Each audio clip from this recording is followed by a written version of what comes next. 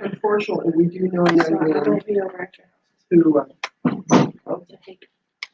got the COVID, and he was drinking the Kool-Aid, Right. and he didn't want the medication, and he is still in the hospital, and he is fighting for his life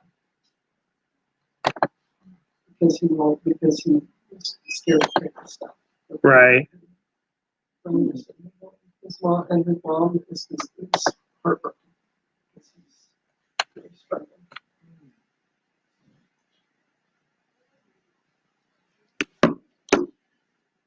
Okay.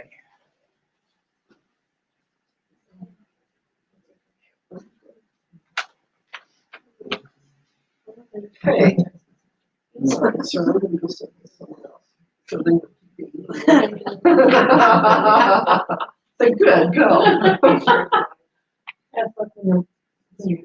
You're going to run away from home. Here's the suitcase. We'll help you pack.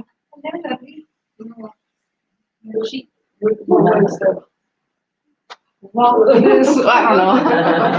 I don't know how to dance anymore. I thought I did that. Oh, you are? All right, guys. Well, we're going to get going. All right, so this is our final week of our little masterclass series. I hope, in general, everybody has gotten some good things out of it and has been able to slowly but surely make some steps forward. This one we saved, it's the last one, which is the fitness plan. And every time we do a fitness workshop, we always get lower turnout than when we do like a nutrition workshop or anything else. And I think it's primarily because everybody knows that they should be doing something more than they're doing. Like, raise your hand if you feel like I'm killing it in the fitness world and there's nothing I can do to improve. Okay, so this is a true statement now, and that's for everybody. So I'm not picking on anybody. I'm just saying, like, this is a very real problem that we have, in that we have everybody knows that they should be doing something and probably doing something more than they're doing, but yet still doesn't happen. And so part of our time tonight is to help us. It's kind of that whole big why thing. So we talk a lot about, when my why is big enough, the how doesn't matter, right? So I give examples of, like, if we put 3 children in that room right there and we shut the doors and lock them and then we start a fire in there, I don't think anybody here would ask, like, well, how do you think we should get that door open to go get, what would you do? You just run full blast into the door and knock it down, right? Because the how doesn't matter at that point. It's like, I need to get this done now, and this is how it's going to happen, right? Very different than let's sit around and spitball about how we're going to get these kids out and save their life, right? So there's that old saying that when the why is big enough, the how doesn't matter. And for most people, when it comes to most goals, when it comes to health, their why isn't big enough, and so therefore they let themselves down a lot. So we get kind of going on a track, and then something derails us, and it's really hard to get back on track. Okay, I hope I'm not the only one that's experienced that in my life, right? So tonight we're going to kind of dive into understanding a little bit more to help build up maybe a stronger why for people to get moving, and also understand that although we're going to talk about like the Max T3 tonight. We know that there's modifications for everything. So there's, anybody can do it. Okay. So don't look at it as, oh, there's no way. If you guys have a limiting belief that says there's no way I could do that, that's all that is a limiting belief. Right. And so I want to help us get focused on that. So we talked about our purpose already. So let's go into our recap from last week. So last week we talked about the next level nutrition, and we started talking about detoxification. So like every week, let's talk about anybody make any changes, do anything, or have any questions as far as things that I wanted to do this, but I didn't know what to do. So any questions before we get started on the new stuff? Okay, if there's no questions, then somebody needs to speak up and say, I made an intentional decision to do this differently last week because of the class. So we decided to try doing some of the the canning for For the, pickling, for the. Oh, okay. we haven't done it yet, but Well, we we're, bought the book, well, we bought it, book off of Amazon. Sure. Posted it in Sunday, now it's not here yet. Right, okay. But Well, anyway, that's the first action step, right? We gotta take, that's the first thing that has to well, we happen. already have the jars and the pressure cooker and all that stuff. Because we tried doing something like this. Well, not so much, but apple butter But- stuff. Right, Yeah. yeah. And so I said, hey, we got all this stuff, and then we do like some of the pickling suggestions, Sure, like maybe sauerkraut, maybe just pickles, maybe beets. right, We used to do apple cider vinegar with water. right, just like a little shot of it, Like, right, yeah, we thought about starting that again. Yeah. So anyway, we may have to do a trial and error, as, I don't know how hard it is. we'll let y'all Right. test our first batch. yeah. Bring it in. So, It might yeah. not be that hard, or it might be impossible. No, there is an art to it, meaning like it sounds really simple, like just throw this and this and this. But the longer something is here, it does this, and if you do it too early, it's this. It's kind of like the whole kombucha thing. Like if you're making kombucha and you don't leave it in long enough, then there's a lot of sugar left in it because it didn't ferment. If you leave it in too long, it's going to taste pretty much like vinegar. It's really strong and really acidic, and not that it's bad for you at that level, but most people aren't going to palate it well, and they're not going to drink it. So then there's the second fermentation process where we're going to add in some cranberries or something to kind of add a little flavor to it. And so there's a lot of different things. And so there are steps to it. In general, it is easy, but it does take a little bit of trial and error just to say, if I'm doing this and I added this amount, how long does it need to sit? I purposely got this one book because it was recommended that for a person who's never done it before, Right. there's things that other recipe books like Assume you know, sure. So the person who wrote this review said this is an excellent book for a person who's never done it. So that's why I'm willing to wait until they deliver it. Right, yeah, It yeah. was supposed to be, I think, actually last Saturday. Darn Amazon. All right, anybody else have any? I have a actually kind of funny story. We went and looked through our pantry and stuff, and we found out that a lot of our stuff that we have is red 40 in it. And one of them is the strawberry syrup that kids love to make Right. milk. Right, It has red 40 in it. And we threw away one of them, and we had another one in our pantry. And my stepson said, well, can't I just have this one? I said, no, we're getting rid of it. He said, well, I could just take it to my mom's. I'm like, no, see, just because it's at our house right, doesn't mean it's not good for you here. It's still not good for you there. right, So he was a little upset, but he's like, what? I don't understand. yeah. But we went through it, and gosh, there's so much red 40 in so many things. I was just looking in tomato soup and looking at everything. I'm like, what is red? That is red. Well, 40. and the unfortunate nature of it is it's just all off because we're a very visual society. We're more visual today than we've ever been.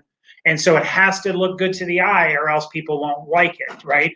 Because if you had, Strawberry Quick and it wasn't pink, but it tasted like Strawberry Quick, as an adult, you'd be like, I don't care. But as a kid or when you're selling it, it needs to be pink because otherwise it's not strawberry or whatever, right? And so it's the same thing with with meats and stuff. When they put them in those plastic things and you can like pop them when you hit them with a knife and it actually releases gas.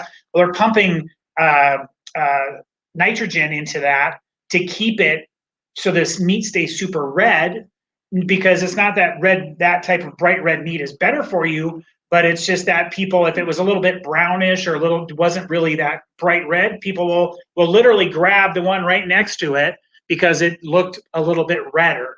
And it has nothing to do with it. Actually, good natural meat isn't that bright red. It should be a little bit darker.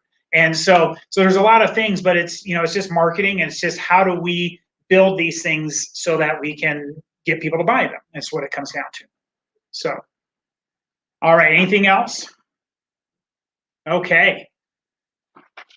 All right, so tonight, like I said, we're going to jump into the fitness world. So more than 2 out of 3 Americans are overweight or obese. Okay, so it's actually I think it's 69% the last time I looked at the actual number.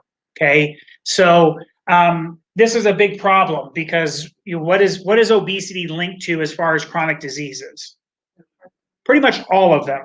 Yeah, literally, you can almost link it to all of them. And so this is a huge problem, literally and figuratively speaking. And it's something that's not going the right direction. So it's not like we used to be 74% and now we're 69%. We used to be, 28% and now we're 70%. It's going the wrong direction.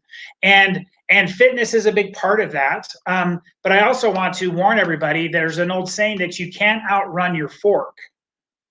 Okay, meaning that there's some people that do a lot of fitness, but then they're eating bonbons and ho-hos right after they're done, and they're not getting what they wanted out of it because you can't outrun your fork. Okay, so when we get into the big picture of getting healthy, it's a combination of the 5 essentials, right? It's all of those things that helps people get healthy. And so when it comes to understanding, like, what do you guys think in our society, if we had to just say the 2 big factors that are leading to the obesity epidemic, what do you think those are? Processed foods, okay. Okay. Sugar, okay. Overeating, yeah. So these are really good things because, portion size, it's amazing. We had a kid from Spain come stay with us quite a few summers ago now. Seems like it was only a couple years ago, but I'm getting older. But he came from Spain over the summer and he stayed with us for like 6 weeks. It was like a foreign exchange program over the summer. And we took him out to dinner the very first night he got here. And we went to a restaurant and he ordered a Coke. And so they gave him a Coke and then he gets about half of it gone. And then what happens? They bring him another Coke. And he looks, and you can tell he's looking a little concerned, okay? And then so he doesn't say anything, though, and he just drinks it. And then, of course, he gets that one a third of the way done, and here comes number 3, right? And so she drops it off, and he finally's like, I'm so sorry. I don't know why she keeps bringing these to me, but she just keeps bringing them to me. And he says, and I don't want to cost you a lot of money. And I said, well, if it's the money you're worried about, I said, don't worry about it because there's free refills. And he's like, what? Free refills? He's like, I need to bring this back to Spain. And I said, only if you want to make Spain an obese country too, right? And so, but it was interesting because his concern wasn't that he was drinking 3 sodas. He was a 16-year-old kid. But his concern was each one of those was going to be $3 because in Spain, you get 1 soda and it's whatever, $3. And if you want another soda, guess what? It's $3. And so people probably don't have quite as many refills of their drinks if every time I'm getting that refill, it's $3, right? And so, and I'm not a person that feels like we should, like in New York City, they banned you can't buy a soda over 24 ounces or something like that in convenience stores. Like they put some kind of a ban in place. And as much as I think that that's a good idea for health reasons, I don't think it's a good idea for government overreach reasons, because if they're going to do that to that, then they're going to do something that I'm going to have a little bit more to say about, whatever we can talk about later when we're not on TV. So the bottom line is we have to understand that all the things that you guys are saying are leading us down a bad path. And again, it's common knowledge. I don't think we're giving anything with revelation tonight on what we should be doing, but we just got to get people to do it. So we asked if it increased. Obesity can increase your risk of over 60 chronic illnesses. Okay, and when we talk about healthcare spending in the United States, guess where the vast majority of healthcare spending is spent? Well, in chronic disease management. Okay, so like diabetes and heart disease and cancer treatment, like all of these chronic diseases. When we look at the number of people that are getting treated for getting run over by a car, that could be expensive depending on the amount of damage. But that's literally a drop in the bucket compared to the amount of money we're spending on chronic disease management in our country, okay? And if obesity is linked to 60 chronic diseases, then we should have a bigger focus on this. So how do we do it? Besides movement with exercise, part of the benefits of exercise comes from oxygenation in your body. I think everybody understands that oxygen is one of those essential things that we need, right? If you don't, we can try to all hold our breath and see who can last the longest. But the bottom line is not only is exercise good for our muscles and good for our metabolism, good for all these things, but it actually creates a hyperoxygenated state in our body as we're in recovery modes and stuff like that, which is really good health-wise for our tissues and cells. So the bottom line is you have to move, okay? So whether you're gonna walk or jog or swim or run or do yoga or Pilates or whatever it is, it doesn't matter. You have to find something that you enjoy doing and you gotta just do it, okay? And I'll tell you from my standpoint, prior to me, so I've been doing CrossFit since 2010, so for 10 years, okay? Prior to 2010, guess how consistent I was with working out in my lifetime, like where I did it all the time and was just really good with it? Never. Like I worked out, I would go through phases where I'd start lifting heavy weights and say, I'm gonna be a bodybuilder. Not that I was trying to do that, but I wanted to get really strong. And then I'd be like, man, you're strong, but you're kind of fat. So now you need to lose some weight. And then I'd kind of reverse things and say, okay, now you get into some type of a fit. And it was always kind of hit or miss. I'd be dedicated for it for 2 months or 3 months. And then I would go 6 months without doing anything, right? And I feel like I hope I'm not the only one, but I feel like that's where people are at. And so when I found CrossFit, the thing that I love about it is it. Like I look forward every day to go doing my workout. And part of it is the camaraderie that we built with people that I have at my gym that we do. But the other part of it is I just enjoy functional movement things. And I enjoy not having to think about anything. I just show up, they have it written on a whiteboard, said, here's what you're gonna do today, and here's what everybody's doing today. It's not just me, it's everybody. And then I go there Tuesday and it says, don't think about anything. Here you go. We did it for you, right? And so there's a competition aspect to it that I love. There's I don't have to think a whole lot about much. I just show up and they tell me what to do. And it's not that it's for anybody else maybe in this room except me, but you got to find your thing that's like that, okay? Like when we had the Zumba gym isn't coming back next door. So although that's sad from a fitness level and all the people that used to work out there, not so sad on not hearing the bass vibrate through our walls all the time, right? So people say, well, what do you think of Zumba? And I said, you know what, if you like to dance and you want to go work out and you're going to go sweat for an hour and then what am I a big fan of for you? Zumba, right? Is it what I'm going to choose to do? No, because you don't want to see this guy dance. You've probably seen the videos of me dancing. It's not a pretty picture, okay? So that's not for me. And some people are like, hey, if I could just go swim, I could go swim for 3 days straight. I wouldn't care. Well, then go swim. Like you just have to find your thing and whatever it is. And then the step beyond that is you got to also find something that's going to help you with accountability. Okay. Part of having a network and even doing part of what we're doing here with our small groups, it's starting to help people develop some type of an accountability system that says I should be doing this because I wouldn't want to let down somebody else, right? Like I know that if I was not to post my times at my CrossFit gym for a couple of days, that I would get texts from people like, hey, where are you at? Right? Like, how come you haven't posted? Like, oh, well, I've been there, I just didn't post. Okay, or whatever. But there would be that would provoke somebody to find out what's going on. Like, why are you not there? Right? And so a lot of, you need to have that in conjunction with finding something that you like to do if you want to be successful with making a change long term. Okay, so last little thing there. I believe every person needs to do strength training as part of their workout. Okay, it doesn't mean you have to become a muscle head and do 700-pound deadlifts and stuff like that. It could be 3-pound dumbbells. I don't care what it is, wherever you're at. But if you're not building muscle and building strength, you're creating a dismal future for yourself. Okay, and we're going to cover that in a second. Okay, so whether some people say, well, I like to go walk. Well, go walk, but in conjunction with walking, grab some 3-pound dumbbells, do some curls, push them over your head, do some things to put a little bit of strength training or resistance training into you. Get bands. I don't care what it is. You need to do some resistance training. Okay, Bill? Is the intent of that to achieve a certain lean muscle mass to fat ratio? Yes. So what would that number be? It's going to vary a tremendous amount, like by individual. I could give you general things, but that's a good conversation for you and I to have. So, okay. How young for kids to Kids can start strength training fairly young. They just can't do heavy weights young.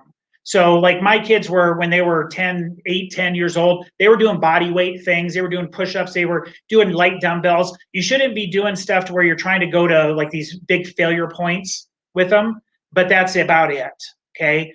There used to be an old thought process like, oh, if you lifted weights, it stunts your growth really, and all this kind of stuff. That's really not true unless you're doing like insane things as a young person, because you do have your growth plates and you could damage growth plates if you're putting too much stress. But it's a lot. So I don't want to you don't have to be concerned that if my son goes to try to pick up a 100-pound barbell and he can't pick it up, that something bad's going to happen to them just because of that, right? I mean, kids, think of how many crazy things kids do, like how many times they're jumping on the bed and fall on the floor. Like they're doing way worse things most of the time than if they were doing some structured fitness. And I think that's part of it is, the younger they are, the more structure and help that they need. There's actually a whole kids CrossFit program where they have them doing light weights and doing body weight things from very young ages too. Okay, and this isn't a plug for CrossFit. I was just giving you an example that kids lift weights, and it's actually endorsed by fitness people that say it's okay. Okay. Yep. Okay. So why is this so important? Why do we have to lift weights? So I just literally, if you Google this, you're going to find like 17 million studies. Okay. I didn't want to cover 17 million with you guys tonight, so I just picked out a couple. Okay. So the title is Lean Body Mass, an Indicator of Longevity. So I think most people, if they're like, hey, if I'm going to be 90 years old, then I still want to be a functional person. Like, when we ask people to write down their health goals, how many of you guys, when you wrote down your health goals, wrote, I hope I'm in a nursing home by 72. I can live there until I'm 78 or 79. Nobody will come visit me. Somebody will wipe my butt and change my diaper for me. Did anybody write that down? Okay. Nobody ever does. But yet what's epidemic in our society? Exactly that. Like every time they build a new nursing home, there's a waiting list to get in there, right? Memory care, all these things. There's waiting lists to get into them because there's such a need for them, right? And so here's the first study. So older adults build muscle and you'll live longer. So this was done in March of 2014 from the University of Southern California, Los Angeles, their health department. And they found that as you build muscle in your body, that people that had higher muscle masses lived longer than people that had low muscle masses. Okay. And so then this one, muscle mass index as a predictor of longevity in older adults. Okay. This was done around the same time. And then according to a new study published in the Journal of Bone and Mineral Research in 2019, older adults with lower levels of muscle mass in their arms and legs are more likely to die early than those with more muscle. Okay. So this isn't something that's just like the sad thing is like, this is what I see. So when I look at somebody, let's say I'm, at the mall and I see people walking by and I see somebody who is, very deconditioned. They're really struggling to do things. Like, I don't see, like, I feel bad for them in that state, right? That's part of my, I want to help that person. But the thing that's the most painful for me is saying, well, what's their life going to be like in 5 years, right? I've never seen anybody who is in that state, just kind of kept doing what they were doing, and 5 years later, they were suddenly in a way better place. It doesn't happen, right? Things just kind of continually go down until the people can't function anymore. And then our society, unfortunately, in my mind, kind of almost endorses this by making everything so easy for us, right? So it's like I start to lose a little bit of function somewhere, and then I got to make it easier, right? And this is going to sound really harsh, but this was a few years ago, I was up north and I was meeting at a friend's office, and in his office parking lot, like just down, was a Black Eyed Pea restaurant. Okay. Now, don't throw things at me if you love Black Eyed Pea, but there's not a whole lot of healthy choices at Black Eyed Pea. It's a very home Southern cooking type of a place, right? And I see this vehicle pull up, this big like expedition thing, and there's a lady that gets out that's walking in there, and she's got a handicap placard, and the only thing that I could tell was that she was just really overweight. She wasn't even really like struggling to walk that much. And I'm thinking, well, unless there's something else going on, like, why does she have a handicap thing? Like, if this is the case, like, no offense, but she should have to park farther away from Black Eyed Peas so that she would have to walk a little bit to go there to get the food that's probably not going to help herself, right? And I know that sounds really brutal, but that's kind of the way, and we constantly in our society do things to make it easier. I remember, it's like when people start getting older and it's hard for them to get out of chairs, rather than encouraging them to do a few squats and some wall squats or to get a ball or do something, what do? Yeah, we build motorized chairs that lift them up for them. Okay, so now the 3 times a day that they were getting up to go to the bathroom, which was the only exercise they're getting, they're not even getting that anymore. And then we wonder, like, why did that person go from there to a walker, and then from a walker to a wheelchair, and then a wheelchair into the nursing home, whatever? Like it was like we're perplexed. We're like, I don't understand how this happened. And it's like you can see it. If you look at people and you see how things go, you can see it and predict it on what's going to happen to them. So I want to encourage people. This isn't a negative thing, but I want people, again, my whole point of me talking about this is we got to develop a why behind fitness, right? And so if you can vision yourself 5 years, 10 years, 15 years, however old you are, when you're getting up into those golden years, what do those golden years look like, right? Are they going to be golden and you're going to be able to do the things that you want to do and enjoy them? Or is it going to be like, unfortunately, most people in society, by the time we hit our golden years and we retire, pretty much life is pretty cruddy, right? I'm on 19 medications. I can't travel and do this, and I can't do that. And there's all these limitations that get put on us because we've lost that over time, right? And so the good news is even in these studies where they did a study, and I should have put that one on there, it just dawned on me, but they went into a nursing home, okay? So these people are not doing well, okay? And they had them do surge training. So they had them do like squat things, and they had them do, move their feet, and they had them do these things. And in this nursing home community where the average person was 95 years old, they all grew muscle mass after 6 weeks of doing some resistance training. So the good news is some people will say, well, that passed me by. Like that, yeah, if you would have got to me 20 years ago, Dr. Tim, this would have been great information, but now I don't have it. Okay, you know what? It's not true. And I'll pull that study up and I'll send it to everybody just so you can see that they studied it and said it's never too late to build muscle. Okay, and so this is part of the reason why everybody's fitness routine, no matter what else you're doing, should have some form of resistance training in it. Okay, weights, dumbbells, bands, resistance bands, I don't care what it is, but we need to resist something, okay, so that we can build some muscle mass. Okay, now, what are the benefits of the short duration, high intensity type exercise? The first benefit is it doesn't take very much what? Time, right? So last time I checked, if we go up to the average American and say, hey, do you have a whole bunch of extra time where you're just sitting around doing nothing? Nobody says yes, okay?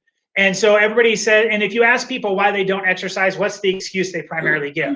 I don't have the time for that.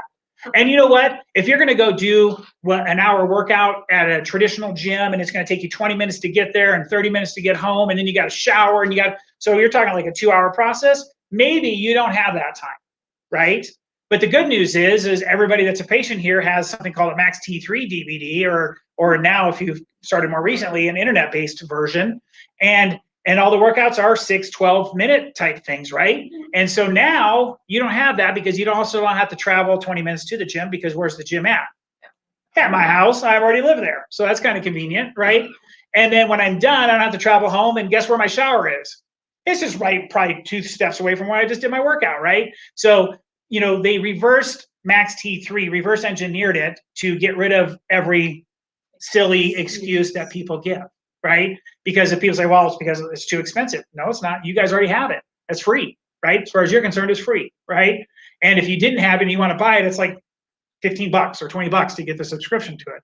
So that's a whole lot cheaper than $149 at, Colorado Athletic Club, right? And you have everything that you need. And there's resistance training in there. There's cardio training in there. There's core training in there. There's everything that you need to start to develop and build, okay? So high intensity, short duration. Now, here's the key. High intensity is different for every one of us in this room, okay? High intensity for me is going to be different than it is for you because our fitness levels are different, okay? So high intensity, doesn't have to look the same. So that's why when we have our Max T3, there's always the expert guy, there's an intermediate person, and then there's the beginner person, or maybe somebody's got a knee problem and they can't do some of those things. And let's show you modifications, right? Dr. Troy, when he does his online things, he'll say, hey, do this. And if you can't do that, then here's a modification for you, right? And so these are all great things because we want people to say anybody can do it, right? Even if it's, let's say you're saying, hey, you know what I can do right now? I could get 3-pound dumbbells, I could raise them and put them up over my head while I'm sitting in a chair. Well, guess what? If you do that, what's going to happen to your heart rate? It's going to go up, okay? So it doesn't matter, right? Everybody can do something that's going to raise their and elevate their heart rate, okay? And that's really the key. It's like, let's get our heart rate up. Let's let it go down a little bit. Let's get it back up. Let's let it go down. We're going to do that off and on over the 12 minutes, high intensity, short duration type of things, okay? And you just start somewhere, and then it just gets better and better as you keep going, okay? We covered this previously. You guys remember about EPOC, the afterburn, okay? So the classic cardio, you're gonna have a high metabolic rate while you're doing it, but when you're done, it's over with. It's like a drop off a cliff, you recover quick, and there's not a lot of afterburn metabolism-wise. When you do the high intensity, short duration stuff, your metabolic rate will be equally high when you're in the middle of your workout. But the good news is that you get a nice slow burn after that, okay? And that's part of the body replenishing itself, the oxygen debt that it creates, all of those things stimulate physiologically the body to get into this rebuild and regenerate mode for time, okay? Little plug for Dr. Troy's events. So every Saturday morning at 9:30 and every Wednesday evening at 6:30, if you log on to our Facebook page, you'll see Dr. Troy there. Usually, and he'll post earlier in that day what the workout's going to be, so that way you can kind of get yourself prepared a little bit, and then you just log on, and Dr. Troy goes through and he shows you all the movements. He does everything. If you have questions when you're in the office, feel free to ask questions about that stuff. But the bottom line is even if he has a list of 7 things that we're going to do and 2 of them you can't do, don't not do the other 5, right? Do the other 5. And then come in and say, hey, I couldn't do this one or this one. What's a modification for it?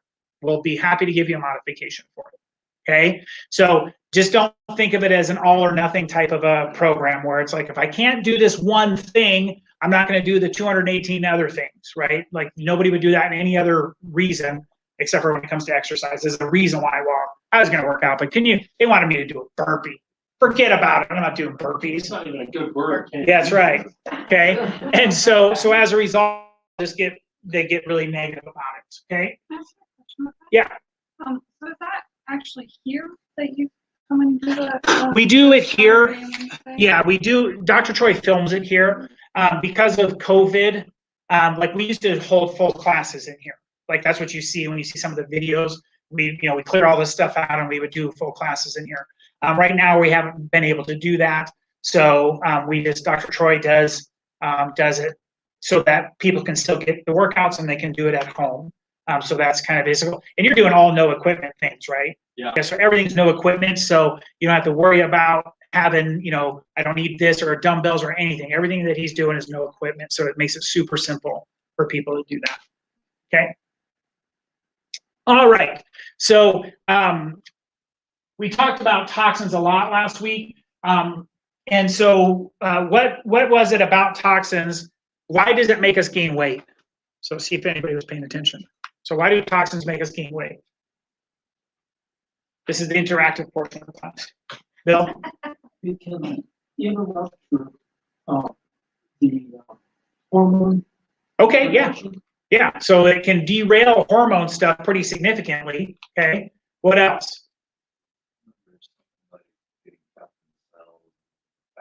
Yeah, well done. That's pretty much where it stops. Yeah, yeah. Well, hey, That's it. yeah, that's the main point. Like, our body toxins aren't good to be floating in our blood, so it gets them out of there and it stores them in fat cells, right? And so then your body doesn't want to break down that fat cell because it would have to release the toxin back into itself, right?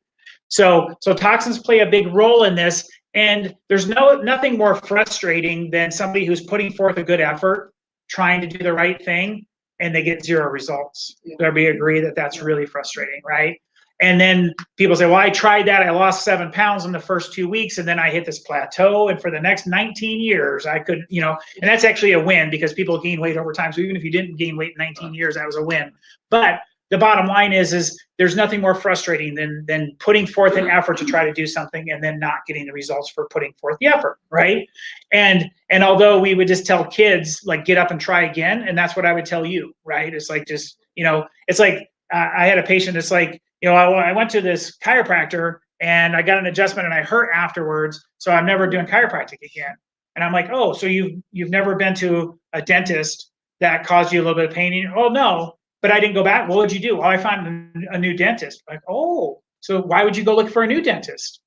You know, like, that's kind of a weird, you know, thing. It's like people say crazy things like that, right? It's like you think that because you went to Joe Schmo chiropractor and you got an adjustment and you didn't like how it felt, that you should never ever go. Like, if you still got a spine problem, you still got a spine problem, right? It's like, if I got a big old cavity in my tooth and I didn't like the way my dentist numbed me, I'm not going to say, you know what, screw this, I'm just letting that tooth rot out, man. Maybe it'll get into my blood and I can get septic and die from it. That'd be great. I wouldn't do that. I'd go find a new dentist, right?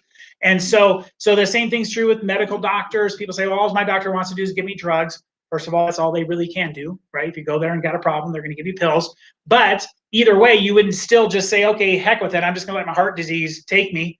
No, you would go to a new doctor and you'd find new ways of looking at it, right? So you got to be open-minded to those things as well, okay? The other big thing is sweat releases toxins.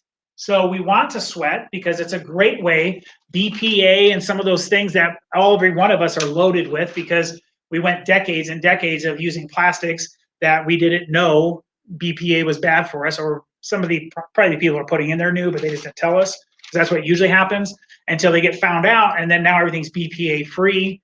But you know, people say, well, if I get BPA free plastic, it's better, and I agree, it's better than BPA brittled. But my next question is when are they going to test that plastic and find some new chemical that's in there that they're going to say, oh, and by the way, this is just as bad as BPA or whatever, like, because BPA was in there for a long time before anybody noticed it. So when's the next thing going to come along? So that's why we try to use inert things like stainless steel and glass and stuff like that for our storage and cooking stuff, okay? So you got to sweat into the oldies, okay? So we've talked a lot about chiropractic, so we're not going to talk about getting adjusted because I think everybody understands that.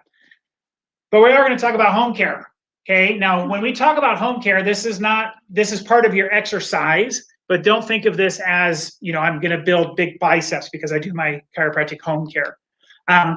But here's the deal. Without the home care being done properly, what do you guys think the chances of your spine like stabilizing, really holding its shape and getting where you want it to go, so that we can be like slapping high fives when we see your new x-rays and we can transition you into good, you know, lifetime wellness care because things are exactly where we want them, not because, hey, we just got to give your spine a, you know, like, let's move you into wellness for a while and we'll come back and try to fix it again later, right?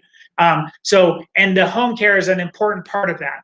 And, you know, and it takes time, you know, again, we understand that things take time, but there are some core basic things, like if you'll do your isometrics when you're at a stoplight in a car or something like that, or when you're on hold, you know, like there's times where you could be doing a lot of things. So that way, when you got home, you wobble, neck traction, put your head weight on, put your sleep rolls in before you go to bed, and you're good.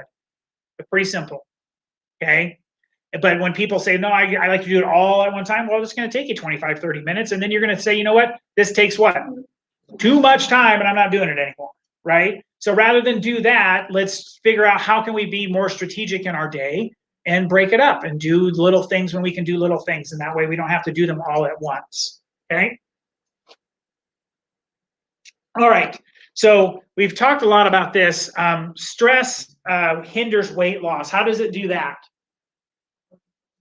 Cortisol, right? Raises our cortisol levels, and cortisol levels your stress hormone, right?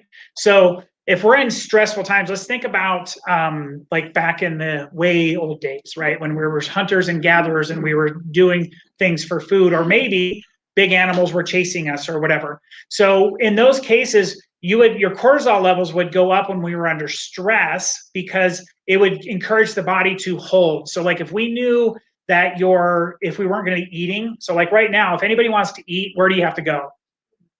to your refrigerator. You can go up to the front desk, get a bar, you know, or whatever. Like food is very plentiful in today's day and age. So we're not worried about starving. But back in the day, you may have gone a couple of days without food, right?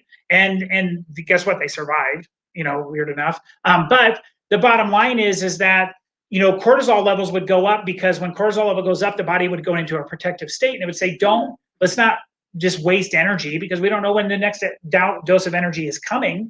So therefore, we don't want to just be willy-nilly wasting energy, right? So we don't have that kind of stress, but unfortunately today, do we have more or less stress than that? We have more, and how often is it around us? It's hard to get away from it, right? You know, there's something that's very envious about, there's a patient in the room right now who doesn't have a smartphone, doesn't get on the internet, all of those things. And I get you, he's got a whole lot less stress than all of us, right? As a result of that, but I won't point him out, okay? Yes, Bill. Is there a way to measure your cortisol levels? There is. Monitor? Well, I don't know about monitor because I don't know if they have like you could like a diabetes thing. Pressure, you know, you can measure it. Yeah, that's a great question. I don't have an answer for you. I don't know if there is any. I know that there's like salivary tests and there's different things that you can do to measure those things, but I don't know that it's how readily available it is to do something like that. I'll look into it for you though. So, okay. Okay, so we talked about this at the very beginning. You can't outrun your fork, okay? So one of the biggest things that when I was in chiropractic school, I worked at 24 Hour Fitness. I was a personal trainer guy. I wasn't very good at sales, so I didn't last very long. But the bottom line is there's nothing that pained me more than when I had somebody coming in looking to lose weight, and then they would do a workout with me, and then we'd go straight to the smoothie place and get this banana, coconut, berry with apple and extra sugar smoothie. And they're like, oh, I need to replenish. I'm like, no, you don't. If you have weight loss goals and all that stuff, you do not need to replenish like that after a workout, okay? Who needs to do that? The person that's in there breaking every muscle down because they're doing max failure lifts on every time, they need some protein, they need some healthy fats to rebuild their muscles because they have a whole different goal than what you have.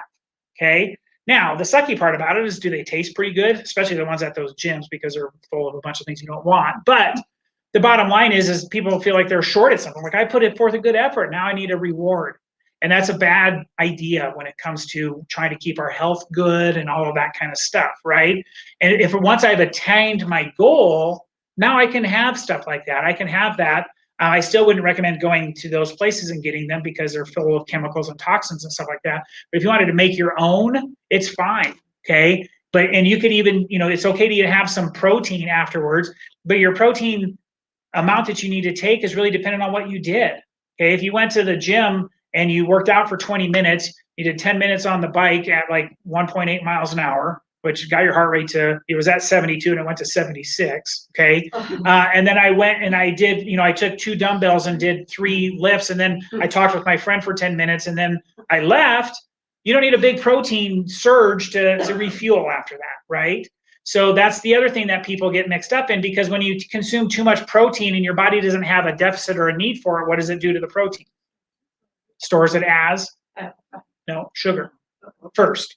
It'll store it as sugar first, and all your sugar reserves are full, then it'll convert it to fat, okay?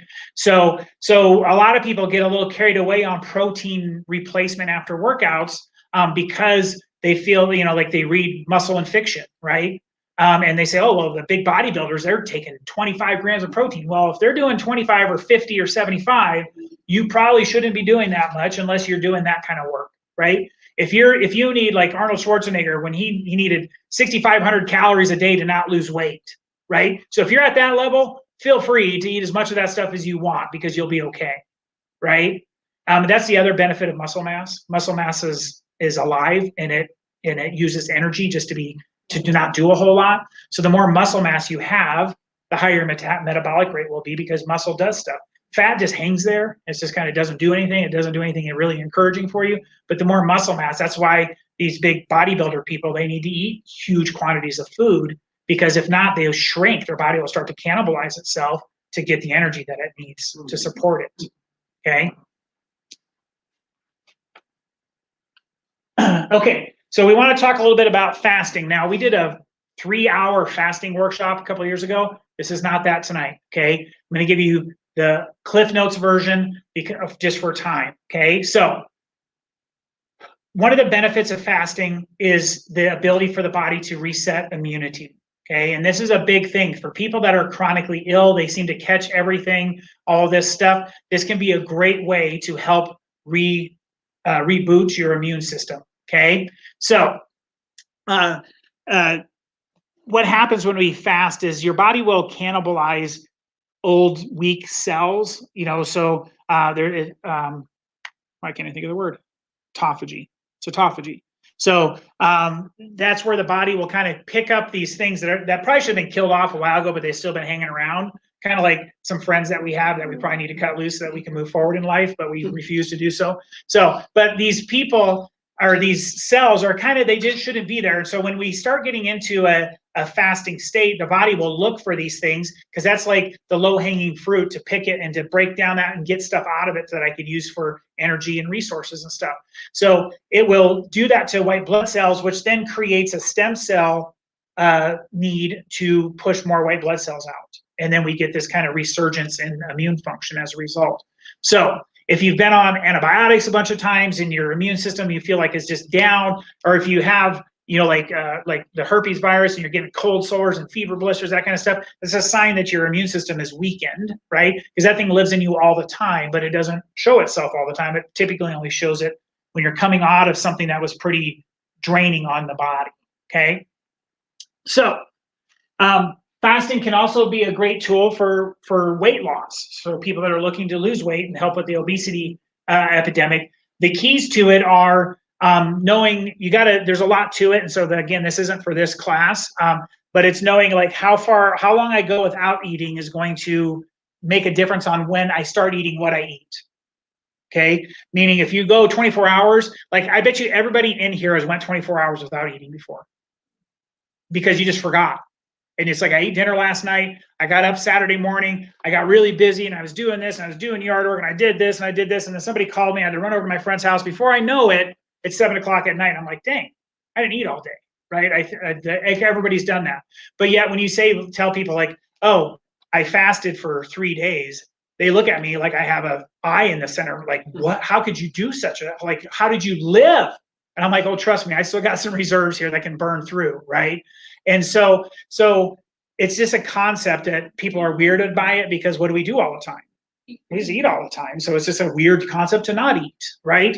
And so when we fast for weight loss, there is research that shows that by doing these things, it changes your metabolic profiles. So anybody who's definitely, if you've hit like a plateau and you're saying, man, I've been intermittent fasting, I've been working out, I've just kind of hit this plateau, you got to do something to change your metabolism up, okay? And maybe going a full day or 36 hours without eating can be one of those things, okay? Now, before you guys jump into this, like we need to have other conversations about that because we want to make sure that everybody's doing it safely, okay?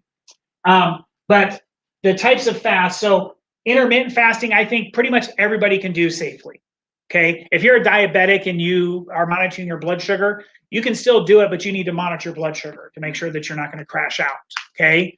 But intermittent fasting, most people have probably heard of this. This is not a new term, especially in the last 3 or 4 years.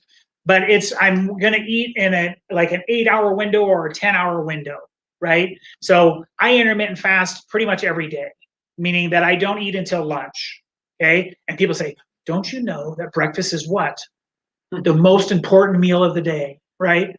Says nobody ever when you actually look at science, okay? It doesn't mean you can't have breakfast, okay? But I'm just saying that your body will adapt hormonally to what you're doing to it, right? So I eat usually by 1 o'clock or 1:30, and then I'm usually like, I have like a 7 to 8 hour window. So if I eat at 1, I have until 9. I usually don't eat that late, so I'm usually eating at 7:30, 8 o'clock.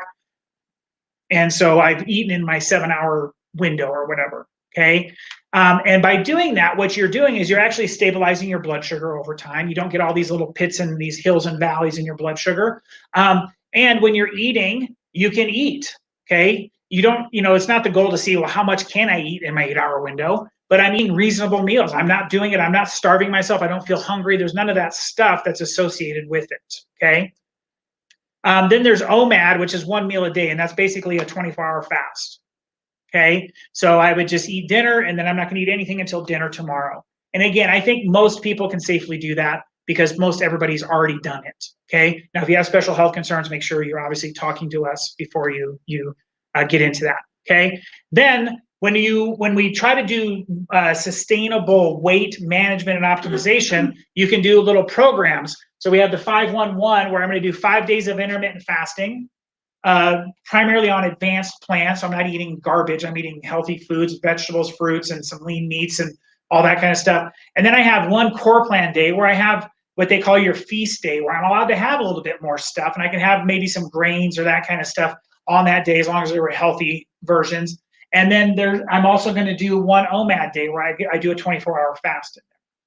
Okay, and so there's these different things, and there's the 4-2-1, and there's a 3-3 whatever, right? So we can make up any number combination and label it how we want. But the point of it is if you do any one thing for an extended period of time, your body adapts to it, and then you start to lose the benefits that you were getting from it. Okay, so it's the same thing with going keto. Some people are really big into keto, and there's nothing wrong with keto. I always recommend people do healthy keto, not dirty keto. So just because you're doing keto doesn't mean you get to have chicken wings every night. Okay, that's dirty keto. Okay, and so we're doing these things to try to help our metabolism and to help do good things. But even doing healthy keto, there's going to be a certain point to where your body adapts to it, and you're just not going to get a lot of the benefits that you had gotten out of it before. And that's part of why people plateau.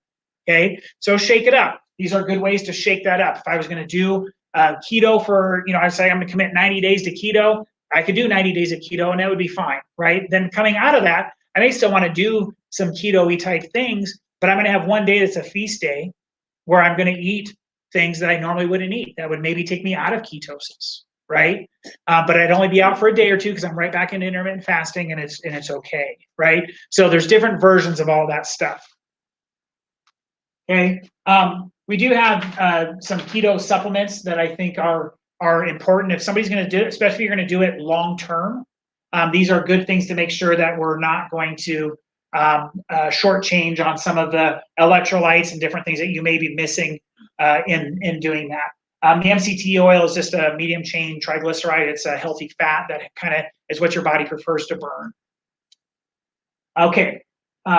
We also have different things like the whey protein. If you do research on whey protein, you'll find that whey protein has a lot of benefits for metabolic things, which is why the bodybuilders and all these fitness people use it, right? It's a good replenishment thing. You don't have to. You can use plant, but there's a lot of benefits of whey itself, okay? The pro-L-carnitine has been shown to help with your metabolism as your body's rebuilding and doing good things. It's an amino acid. And then the metabolic burn is just something it's a healthy version of those, like back in the 80s and 90s, there was all these, Corda Slims and these things that would put all these really like heavy caffeine and all this kind of stuff into it. Well, yeah, your metabolism would go up because you're wigging out all day, right?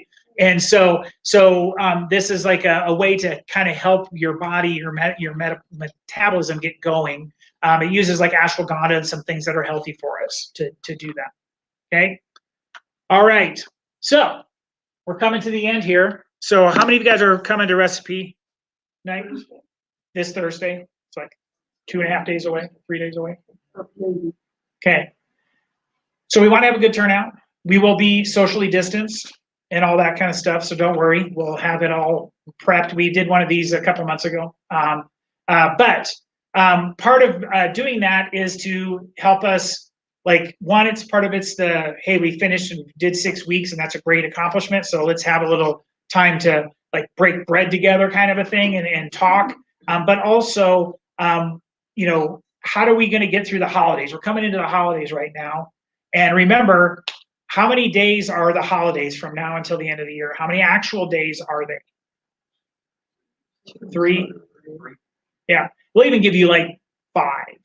Let's give you Christmas Eve and Christmas Day, New Year's Eve and New Year's Day, and Thanksgiving. Oh. And I'll give you Friday after Thanksgiving because you're probably gonna have leftovers, right? You gotta have turkey sandwiches or something, right? So we got 6 days from now until the end of the year that it's okay, but you can still make good choices even on those days, right? We have a recipe guideline book for you that gives you how to make healthy food during the holidays, right? But you know what I'm gonna have? on probably Thanksgiving and Christmas? Okay. Mashed potatoes, and I'm gonna have stuffing. Okay, they're the two things that I'm willing to go to the gym and put in an extra 2,000 calories on the rower if I need to, because I'm not missing out. Because guess how many times I have those things? About twice a year. Okay, so so the bottom line is like it's okay when we get those things, but the thing that the trap that everybody falls into is we just call from Halloween until January 15th the holidays, and we just don't have to take any responsibility for our choices. Right? When you look at the average weight gain of people over time, the vast majority of it happens in these 2.5 months right here. Okay, so be aware of that and know that it's not going to be me this year. Okay, so you stay consistent with all of your good healthy habits. If you're going to go and have a holiday meal and not even use some of the recipes, hey, you're not going to get penalized too much for a day of that, right? However, once you taste some of the things that are in that holiday, it's really good. Like really good. So much of it is tradition, right? It's like, oh, well, I got to make the string bean casserole thing with cream of mushroom soup and I got to put all those fried onion things on it and all that stuff. It's like, well, let's think of what else we could put on there that would be crunchy, still give us some good flavor and not do that or whatever. Like there's ways of doing that. So you got to be creative a little bit. And it's okay to start new traditions because last time I checked, unless your parents were like, you guys were like, man, those guys, they knocked it out of the park, man. Their health was good all the way to the end. They were the candle, right? We all want to be candles. I want to burn bright all the way until the wax runs out and I go out, right? But who's everybody in our society? We're all flashlights. When I'm in my 30s, my batteries are bright. By the time I'm in the 50s, what do my batteries look like? Get a little dim, and then they just get dimmer and dimmer and dimmer and dimmer, and we leave that way. Nobody wants to be flashlights. Everybody would like to be candles. So if your parents were candles and they lived life to their fullest, they taught you great things, and bam, I can role model after them, then follow that.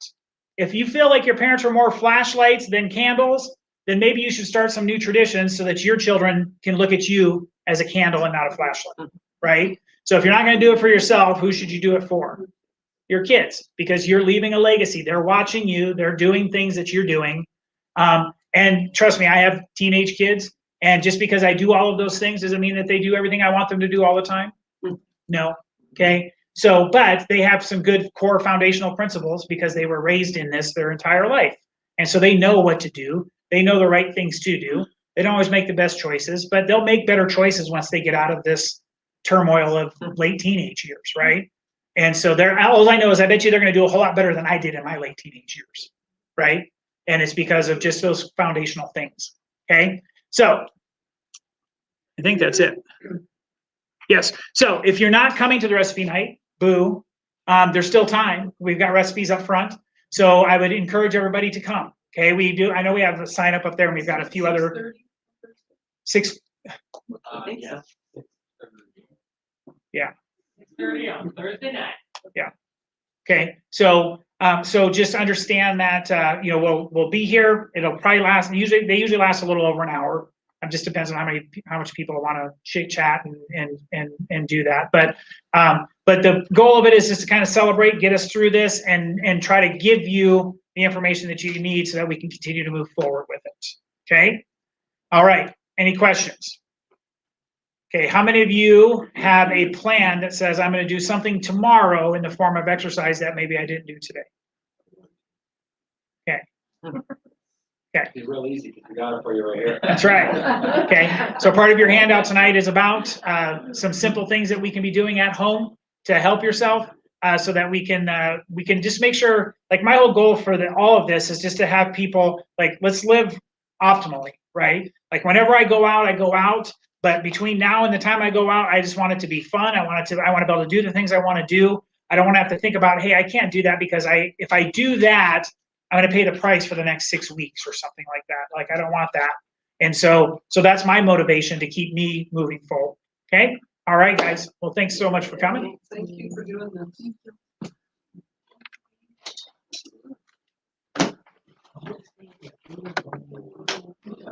Okay.